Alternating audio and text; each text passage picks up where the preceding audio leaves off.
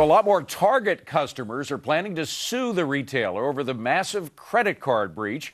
Now, federal law required that company to inform shoppers that it was hacked. But guess this, if the Obamacare website gets hacked, well, a new report says good luck finding out because the healthcare law does not require the government to report it. And Rich says that is putting Americans' most personal information at risk. Explain, Rich.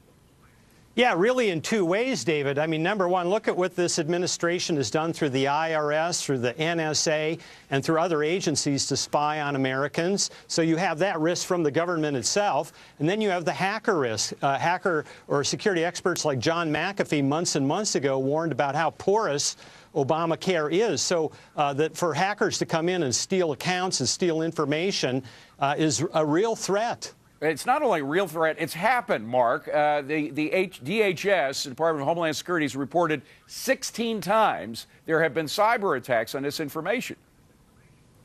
Well, I'm not aware of that, David. I think what we really should be looking at is protecting people's private information as it results to business mining our private data and then selling us stuff. But what about government? That we don't want and tracking us. Shouldn't we and also... government, too. Hold on. Okay, government as well. You're willing to sign on to that?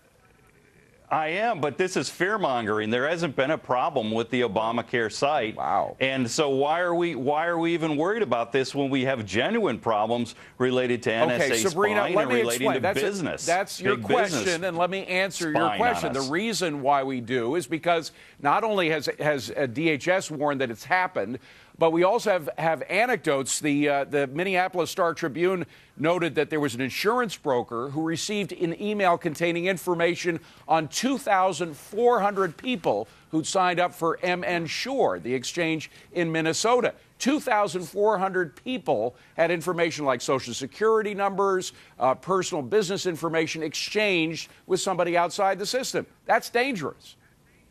Absolutely. And we know that, for instance, in Vermont, there was another instance the week of Thanksgiving where somebody hacked into the system to show just how vulnerable that state exchange is.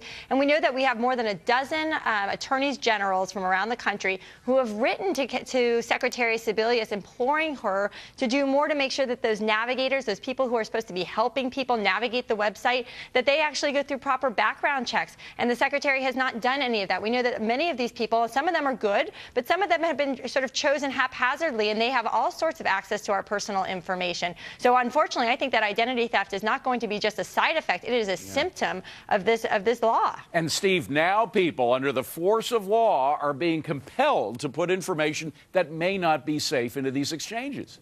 Yeah, and young people aren't going to do it, and it's going to be an election issue next year. And this law is hurting the most vulnerable. The most vulnerable are going to go on those exchanges to get the insurance. They're the ones who can't protect themselves, so it's an outrage. John, that's a great point. The fact that a lot of the younger people who aren't going to do it or who have been reluctant to do it so far are pulling back, but it's the older folks who are less computer savvy. They're really going to get hurt by this. Well, you know, it's another very troubling aspect of the Obamacare law, but what's interesting here is I think the private sector is going to bail the Obama administration out. When in the private sector, when we open up a bank account or we get a credit card, we are essentially buying identity theft protection. If our withdrawals look funny, if our charge patterns look funny, they shut down those accounts to protect us until we can explain the charges.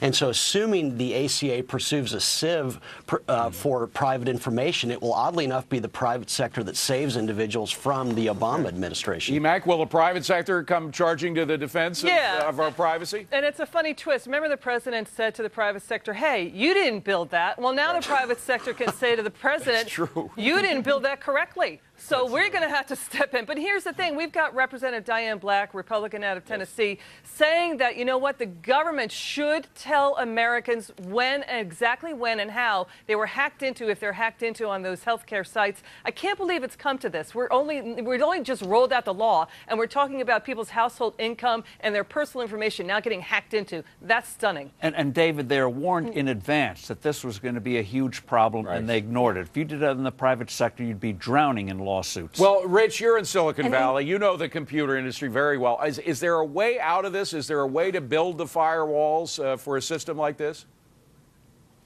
Probably not. I mean, what might save Obamacare is that it's so unsuccessful that the hackers won't have that many targets.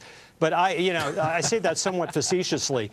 Steve is absolutely right. The vulnerable people are the older people. You can just see the kind of fraudulent reverse mortgage plays and things like that to separate older people from what remaining assets they have. Coming up next, listen.